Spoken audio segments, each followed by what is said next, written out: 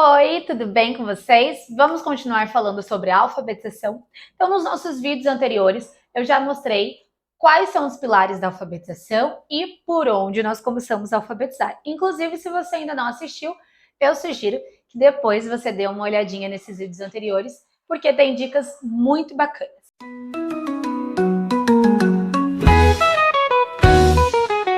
Exploramos as vogais e vamos partir, óbvio, para as consoantes. As consoantes são a maioria das letras do nosso alfabeto e o que é importante, assim como as vogais, explorar com as crianças seu grafema, traçado, e o seu fonema, o som que essa letra representa. Lembrando, mais uma vez, que várias consoantes têm mais do que um som, né? Do que um único som.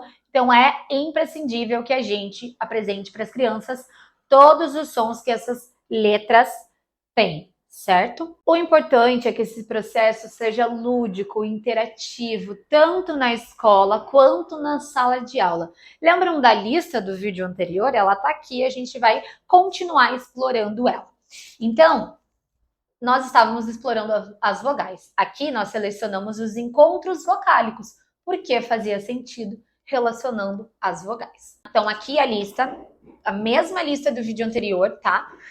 Duas cores, uma para as vogais e uma para consoante, onde a criança vai ter que identificar quais nomes começam com vogais e quais começam com consoante. Então, por exemplo, aqui tem o nome da Ana, que começa com A, é uma vogal.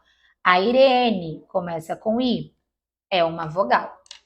E depois ela faz a identificação dessas consoantes, né? Então, quem começa com consoante? Isso que eu falei no vídeo anterior, dessa lista ser algo que fique exposto para a criança, é justamente para que aos poucos a gente vai avançando. Então, primeiro a gente reconheceu encontros vocálicos, agora é letra inicial, depois pode ser letra final, pode ser se tem rima, depois a gente vai montar palavras que rimam com esses nomes. Então, aqui é uma estratégia, essa diferenciação de cores para vogal e consoante é muito importante para que a criança tenha isso ali com clareza, tá? Principalmente porque as vogais é mais tranquilo da criança memorizar, são 5, né? Já as consoantes não, é um número maior. Então, isso é um facilitador, tá? Outra coisa que a gente pode fazer aqui, por exemplo, vamos circular os nomes que começam com a mesma letra nessa lista em específico. Olha quantos nomes nós temos começando com uma única letra, né? Que letra é essa? Qual é o som dessa letra? Então, é muito bacana. A gente não pode esquecer que uma criança ali na alfabetização, que está no primeiro ano, por exemplo, ela entrou no ensino fundamental, mas ela continua sendo uma criança. Então, ela precisa brincar, ela precisa aprender brincando, precisa aprender fazendo, construindo, criando, imaginando. E os jogos são a chave para isso, certo? Então, eu vou te trazer outras estratégias aqui. Eu trouxe uma proposta de um jogo da memória. Então, esse jogo da memória, ele tem figura e escrita. E isso é um diferencial e é muito, né, bacana para o processo de alfabetização. Então, aqui a criança já vai estar conseguindo trabalhar, né? Que letra começa, quais são as consoantes dessa palavra, e o ideal aqui é que você vá lançando desafios para a criança, tá? Então, virei o sorvete. Que letra é o sorvete? Ah, é a letra S. Que outras palavras eu tenho com S? Qual é o som da letra S? E assim por diante para cada palavra que a gente formar. E aí você pode fazer as regras na sua casa, na sua sala de aula também, claro.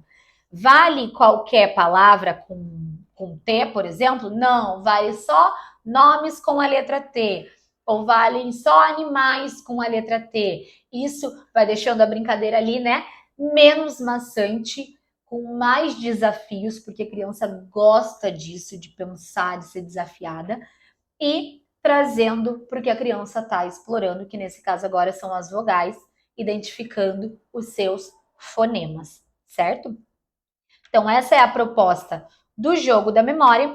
E temos uma outra proposta muito bacana. Esse quebra-cabeça de todo o alfabeto. Então, aqui, letra A, e aí a criança, ela vai fazendo esse encaixe, certo? Completando a sequência alfabética. Então, o que é muito interessante desse quebra-cabeça? É a proposta de você montar a sequência alfabética, então de você trabalhar com a criança a sequência alfabética dentro de um jogo.